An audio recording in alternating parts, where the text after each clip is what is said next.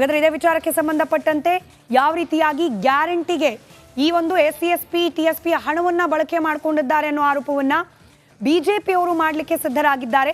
ಸದ್ಯಕ್ಕಿರುವ ಅಂಕಿಅಂಶಗಳು ಯಾವುದು ಅನ್ನೋದನ್ನ ಗಮನಿಸ್ತಾ ಹೋಗೋಣ. ಆರೋಪ ಇರೋದು ಬರೋಬ್ಬರಿ 14,282 ಕೋಟಿಯನ್ನ SC/ST TSP ಹಣವನ್ನ ಗ್ಯಾರಂಟಿಗಳಿಗೆ ಬಳಕೆ ಮಾಡಿಕೊಂಡಿದ್ದಾರೆ ಅನ್ನೋ ಆರೋಪ. ಆ ಪೈಕಿ ಶಕ್ತಿ ಯೋಜನೆಗೆ ಉಚಿತವಾಗಿ ರಾಜ್ಯಾದ್ಯಂತ ಮಹಿಳೆಯರು ಬಸ್ನಲ್ಲಿ ಪ್ರಯಾಣ ಮಾಡುವಂತಹ ಶಕ್ತಿ ಯೋಜನೆಗೆ 1,451.45 ಕೋಟಿಯನ್ನ, ಹಾಗೆ ಅನ್ನಭಾಗ್ಯ ಯೋಜನೆಯ ಅಡಿಯಲ್ಲಿ 5 kg ಅಕ್ಕಿ ಬದಲಾಗಿ ಕೊಡ್ತಾ ಇರುವ ದುಡ್ಡು ಅದಕ್ಕೆ 2,187.59 ಕೋಟಿ ಹಣವನ್ನ, ಹಾಗೆ ಗೃಹ ಜ್ಯೋತಿ 200 ಯೂನಿಟ್ ವರೆಗೆ ವಿದ್ಯುತ್ ಫ್ರೀ ಈ ಯೋಜನೆಗೆ ಬರೋಬ್ಬರಿ 2,585.09 ಕೋಟಿ ಹಣವನ್ನ SC/ST TSP ಆ ಒಂದು ಯೋಜನೆಯ ಅಡಿಯ ಹಣವನ್ನ ಬಳಕೆ ಮಾಡಿಕೊಳ್ಳಲಾಗಿದೆ. ಹಾಗೆ ಮಹಿಳೆಯರಿಗೆ ಪ್ರತಿ ತಿಂಗಳು 2,000 ತಲುಪಿಸುವ ಗೃಹಲಕ್ಷ್ಮಿ ಯೋಜನೆಗೆ 7,881.09 ಕೋಟಿ ಹಣವನ್ನ ಬಳಕೆ ಮಾಡಿಕೊಳ್ಳಲಾಗಿದೆ. ಹಾಗೆ ಯುವ ನಿಧಿ 175.50 ಕೋಟಿ ಹಣವನ್ನ SC/ST TSPಯ ಫಂಡ್ನಿಂದ ಬಳಕೆ ಮಾಡಿಕೊಂಡಿದ್ದಾರೆ ಅನ್ನೋದನ್ನ ಇದೀಗ ಸದ್ಯಕ್ಕೆ ಲಭ್ಯವಾಗಿರುವ ಅಂಕಿಅಂಶ. ಇದರ ಆಧಾರದ ಮೇಲೇನೆ ಇದೀಗ ಮುಂಬರಲಿರುವ ಅಧಿವೇಶನದ ಸಂದರ್ಭದಲ್ಲಿ, ಅಂದರೆ ಈಗ ನಾಳೆಯಿಂದ ಪ್ರಾರಂಭವಾಗಲಿರುವ ಅಧಿವೇಶನದಲ್ಲಿ ಸರ್ಕಾರವನ್ನ ಕಟ್ಟಾಕೋ ಪ್ರಯತ್ನವನ್ನ ಬಿಜೆಪಿ ಅವರು ಮಾಡಲಿದ್ದಾರೆ.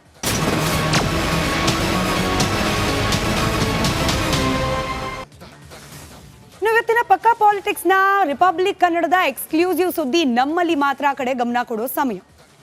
ಅಧಿವೇಶನ ಪ್ರಾರಂಭವಾಗಿ ಪ್ರಾರಂಭಿಕ ದಿನಗಳಲ್ಲಿ 2 ಪ್ರಮುಖ ವಿಚಾರವನ್ನ ಇಟ್ಕೊಂಡು ಬಿಜೆಪಿ ಹಾಗೆ JDS ಕಾಂಗ್ರೆಸ್ ಸರ್ಕಾರವನ್ನ ಕಟ್ಟಾಕೋ ಪ್ರಯತ್ನ ಮಾಡಿತು. ಒಂದು ಮೂಡ, ಮತ್ತೊಂದು ಕಡೆಯಲ್ಲಿ ವಾಲ್ಮೀಕಿ ನಿಗಮದಲ್ಲಿ ನಡೆದ ಹಗರಣ. 2 ವಿಚಾರ ಕಲಾಪದ ಉದ್ದಕ್ಕೂ ಕೂಡ ಆಡಳಿತ ಹಾಗೆ ವಿರೋಧ ಪಕ್ಷಗಳ ನಡುವಿನ ಸಮರಕ್ಕೆ ವೇದಿಕೆಯಾಗಿದ್ದನ್ನು ನಾವು ಗಮನಿಸಿದ್ವಿ. ಇದೀಗ ಇವತ್ತಿನ ಬ್ರೇಕ್ ನಂತರ, ಸಂಡೇ ಬ್ರೇಕ್ ನಂತರ ನಾಳೆಯಿಂದ ಅಧಿವೇಶನ ಪುನರಾರಂಭ ಆಗ್ತಾ ಇದೆ.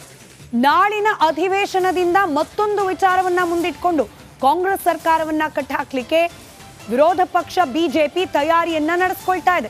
ವಾಲ್ಮೀಕಿ ಮೂಡ ಬೆನ್ನಲ್ಲೇ ಇದೀಗ ಸರ್ಕಾರಕ್ಕೆ SC/ST TSP ಹಿಂದುಳಿದ ವರ್ಗಗಳಿಗೆ ಮೀಸಲಾದ ಹಣವನ್ನ ಗ್ಯಾರಂಟಿ ಯೋಜನೆಗೆ ಬಳಸಿಕೊಂಡ ವಿಚಾರ, ಈ ವಿಚಾರವನ್ನೇ ಮುಂದಿಟ್ಕೊಂಡು ಸರ್ಕಾರಕ್ಕೆ ಮುಜುಗರವನ್ನ ತರುವಂತಹ ಪ್ರತಿಭಟನೆಗಳನ್ನ ರೂಪಿಸುವ ಪ್ರಯತ್ನವನ್ನ ಬಿಜೆಪಿ ಪಾಳೆಯ ಮಾಡ್ತಾ ಇದೆ. ಹೀಗಾಗಿ ನಾಳಿನಿಂದ ಪ್ರಾರಂಭವಾಗುವ ಅಧಿವೇಶನದಲ್ಲೂ ಕೂಡ ಆಡಳಿತ ಪಕ್ಷ ಹಾಗೆ ವಿರೋಧ ಪಕ್ಷಗಳ ನಡುವೆ ವಾಕ್ಸಮರ ನಡೆಯುವ ಎಲ್ಲ ಸಾಧ್ಯತೆಗಳು ಕೂಡ ಇದ್ದೇ ಇದೆ. ಅದರಲ್ಲೂ ಇತ್ತೀಚೆಗಷ್ಟೇ ಕೇಂದ್ರದಿಂದ ಹಿಂದುಳಿದ ಆಯೋಗ ಪತ್ರ ಬರೆದು ಗ್ಯಾರಂಟಿಗಳಿಗೆ SC/ST TSP ಹಣವನ್ನ ಬಳಕೆ ಮಾಡಿದ್ರ ಬಗ್ಗೆ 7 ದಿನಗಳ ಒಳಗೆ ಉತ್ತರ ನೀಡಬೇಕು ಅಂತ ಹೇಳಿ ತಾಕೀತನ್ನ ಮಾಡಿದ್ದನ್ನ ಕೂಡ ಗಮನಿಸಿದ್ವಿ.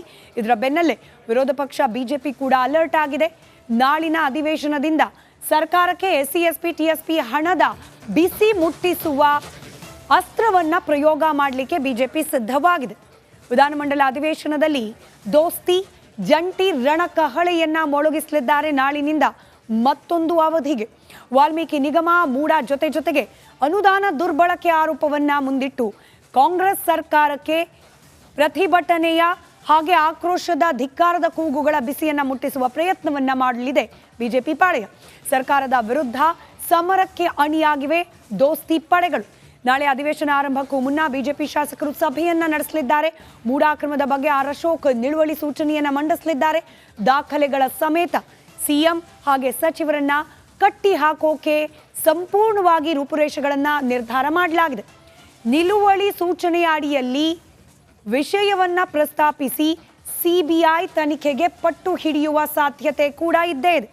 ಸರ್ಕಾರದ ವಿರುದ್ಧ ಇದೀಗ SC/ST TSP ಹಣವನ್ನ ದುರ್ಬಳಕೆ ಮಾಡಿಕೊಂಡ ವಿಚಾರವನ್ನ ಸಿದ್ಧಪಡಿಸಿಕೊಂಡು ಇಟ್ಕೊಂಡಿದೆ ವಿರೋಧ ಪಕ್ಷಗಳು. ಇದೇ ಅಸ್ತ್ರವನ್ನ ಪ್ರಯೋಗ ಮಾಡಲಿಕ್ಕೆ ಇದೀಗ ಸುನಿಲ್ ಕುಮಾರ್ ಅವರು, ಬಿಜೆಪಿಯ ಶಾಸಕ ಸುನಿಲ್ ಕುಮಾರ್ ಅವರು ಮುಂದಾಗ್ತಿದ್ದಾರೆ. ವಿಷಯ ಪ್ರಸ್ತಾಪ ಮಾಡುವಂತೆ ಸುನಿಲ್ ಕುಮಾರ್ ಅವರಿಗೆ ಬಿಜೆಪಿಯ ನಾಯಕರು ಸೂಚನೆಯನ್ನ ನೀಡಿದ್ದಾರೆ. ಈ ವಿಚಾರವನ್ನ ಸಂಪೂರ್ಣವಾಗಿ ಅಧ್ಯಯನ ಮಾಡಿ SC/ST TSP ಅಡಿಯಲ್ಲಿ ಬರುವ ಹಣವನ್ನ ಯಾವ್ಯಾವ ಸಂದರ್ಭದಲ್ಲಿ ಬಳಕೆ ಮಾಡ್ಕೊಳ್ಬಹುದು, ಯಾವ ಸಂದರ್ಭದಲ್ಲಿ ಬಳಕೆ ಮಾಡ್ಕೊಳ್ಳೋ ಹಾಗಿಲ್ಲ. ಸಿದ್ದರಾಮಯ್ಯ ಅವರು ಈ SC/ST TSP ಅಡಿಯಲ್ಲಿ 7D ಅನ್ನ ರದ್ದು ಮಾಡಿದ್ರು, ಅದು ಯಾಕೆ ಮಾಡಿದ್ದಾರೆ, ಅದ್ರ ಹಿಂದೆ ಏನಾದರೂ ಈ ಗ್ಯಾರಂಟಿ ಯೋಜನೆಗಳಿಗೆ ಅನುಕೂಲ ಆಗೋ ರೀತಿಯಲ್ಲಿ ಏನಾದರೂ ಪೂರ್ವ ಸಿದ್ಧತೆಯನ್ನ ಮಾಡಿಕೊಳ್ಳುವ ಸಲುವಾಗಿ 7D ಅನ್ನ ರದ್ದು ಮಾಡಿದ್ದ, ಇದೆಲ್ಲವನ್ನ ಕೂಡ ಅಧ್ಯಯನ ಮಾಡಿ ಅಂಕಿ ಅಂಶಗಳ ಸಮೇತ ಚರ್ಚೆ ಮಾಡುವ ಹೊಣೆಗಾರಿಕೆಯನ್ನ ಸುನಿಲ್ ಕುಮಾರ್ ಅವರ ಹೆಗಲಿಗೆ ವಹಿಸಲಾಗಿದೆ. ಹೀಗಾಗಿ ಕಲಾಪದಲ್ಲಿ SC/SP TSPಯ ಬಗ್ಗೆ ಕೂಡ ಚರ್ಚೆಯನ್ನ ಮಾಡಲಿದ್ದಾರೆ ಸುನಿಲ್ ಕುಮಾರ್ ಅವರು. ಆ ಮೂಲಕ ಸರ್ಕಾರಕ್ಕೆ ಈ ಗ್ಯಾರಂಟಿಗಾಗಿ 14,282 ಕೋಟಿಯನ್ನ ದುರ್ಬಳಕೆ ಮಾಡಿಕೊಂಡ್ರಿ ಅನ್ನೋ ಆರೋಪವನ್ನ ಮಾಡಲಿದ್ದಾರೆ ಬಿಜೆಪಿ ಪಾಳೆಯದವರು. ಒಂದ್ ಕಡೆ ಸಾವು ಬದುಕಿನ ನಡುವೆ ಹೋರಾಟವನ್ನ ನಡೆಸ್ತಿರಬಹುದು, ಮಣ್ಣಿನ ಅಡಿಯೋ ಅಥವಾ ನದಿಯಲ್ಲಿ ಕೊಚ್ಚಿ ಹೋದವರೋ ಅನ್ನೋ ಆತಂಕ. ಅವರು ಬದುಕು ಬಂದ್ರೆ ಸಾಕು ಅಂತ ಹೇಳಿ ಅವರ ಕುಟುಂಬಸ್ಥರು ಪ್ರಾರ್ಥನೆ ಮಾಡ್ತಿದ್ದಾರೆ. ಆದರೆ ನಮ್ಮ ರಾಜಕೀಯ ನಾಯಕರ ರಾಜಕೀಯ ವಾಕ್ ಸಮರ ಇಂಥ ವಿಚಾರದಲ್ಲೂ ಕೂಡ ನಿಂತಿಲ್ಲ.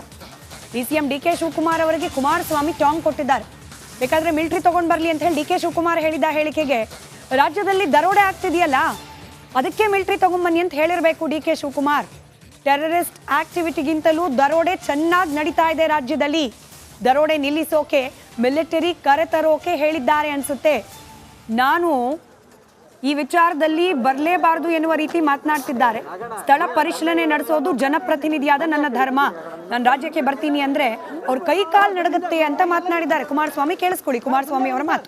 ನಮ್ಮಲ್ಲ ಉಪಮುಖ್ಯಮಂತ್ರಿಗಳವರಲ್ಲ, ಮಿಲಿಟರಿ ತರಬೇಕಾಗಿತ್ತು ಅಂದವ್ರೆ. ಬಹುಶಃ ಅವ್ರು ಮಿಲಿಟರಿ ಯಾಕೆ ತರಲಿಕ್ಕೆ ಹೇಳಿದ್ದಾರೆ ಅಂದರೆ, ಈ ರಾಜ್ಯದಲ್ಲಿ ದರೋಡೆ ನಡೀತಾ ಇದೆಯಲ್ಲ, ಟೆರರಿಸ್ಟ್ ಆಕ್ಟಿವಿಟಿಗಿಂತಲೂ ದರೋಡೆ ಚೆನ್ನಾಗಿ ನಡೀತಾ ಇದೆ. ಆ ದರೋಡೆ ನಿಲ್ಲಿಸ್ಲಿಕ್ಕೆ ಮಿಲಿಟರಿ ಅವ್ನು ಕರ್ಕೊಂಬರೋಕೆ ಹೇಳಿದ್ರೇನೋ ಗೊತ್ತಿಲ್ಲ ನನಗೆ. ಕರ್ನಾಟಕಕ್ಕೆ ನಾನು ಬರೋದನ್ನೇ ಸಹಿಸಲ್ಲ ಅಂದರೆ ಮತ್ತು ನನ್ನಿಂದ ಏನು ನಿರೀಕ್ಷೆ ಮಾಡ್ತಾರೆ? ಬರಲೇಬಾರ್ದು ಅನ್ನೋ ರೀತಿಯಲ್ಲೇ ನೆನೆ ಅವ್ರು ಹೇಳಿಕೆ ಇದೆಯಲ್ಲ, ಕುಮಾರಸ್ವಾಮಿ ಇಲ್ಲಿ ಯಾಕೆ ಬರ್ತಾರೆ ಅಂತ ಹೇಳಿ. ನಾನು ಸ್ಥಳ ಪರಿಶೀಲನೆ ನೋಡೋದು ನನ್ನ ಧರ್ಮ ಒಬ್ಬ ಜನಪ್ರತಿನಿಧಿಯಾಗಿ. ಮಂಡ್ಯಗೆ ಹೋದರೂ ಬೇಡ ಅಂತಾರೆ ಹೋಗೋದು, ಉತ್ತರ ಕನ್ನಡಕ್ಕೆ ಹೋಗ್ತೀನಿ ಅಂದರೆ ಅಲ್ಲೂ ಬೇಡ ಅಂತಾರೆ. ಸದ್ಯ ಇಲ್ಲಿಗೆ ಹಾಸನದವ್ರು ಬರಬೇಡಿ ಅಂತ ಹೇಳಿಲ್ಲ.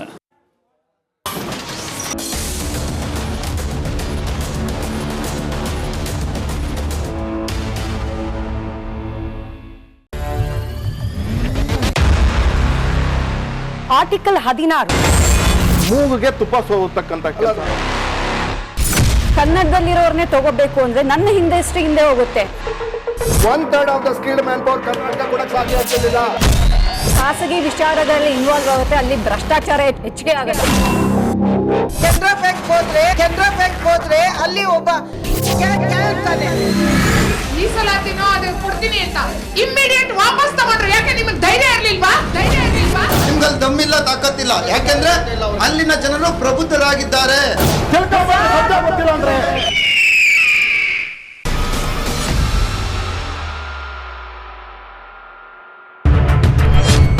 ಏನ್ರಿ ನಿಮ್ ಪ್ರಾಬ್ಲಮ್ಮು ಅಂದ್ಕೊಂಡು ಹೊಸಕೋಟೆ ವಿಧಾನಸಭಾ ಕ್ಷೇತ್ರಕ್ಕೆ ನಾವು ಬಂದಿದ್ದೀವಿ.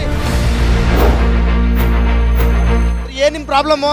ಗೃಹಲಕ್ಷ್ಮಿ ಇದು ಆಗ್ತಾನೆ ಇಲ್ಲ ಇವಾಗ. ಏನ್ ಸಮಸ್ಯೆ ನಿಮ್ದು? ಫ್ರೀ ಬಸ್ ಬಿಟ್ಟಾಗಿಂದ ಬಿಸ್ನೆಸ್ ಡಲ್ ಆಗ್ಬಿಟ್ಟಿದೆ. ಹೊಸಕೋಟೆ ಅಭಿವೃದ್ಧಿ ಆಗಿದೆಯಾ? ಇಲ್ಲ, ಯಾವಾಗ ಹೆಂಗಿದೆಯೋ ಇವಾಗ ಹಂಗೆ. ಅವಾಗ ಹೆಂಗಿದೆ ಇವಾಗ್ಲೂ ಹಂಗೆ ಇದೆ. ಯಾವ ಹೊಸಕೋಟೆನ ನಿಮ್ದು? ಹೊಸಕೋಟನೆ. ಯಾರು ನಿಮ್ MLA? ನಮ್ಮ MLA ಯಾರು? ವೆಂಕಟೇಶ್. ಹೊಸಕೋಟೆ MLA ವೆಂಕಟೇಶ. ಯಾವ ಇವೆಲ್ಲ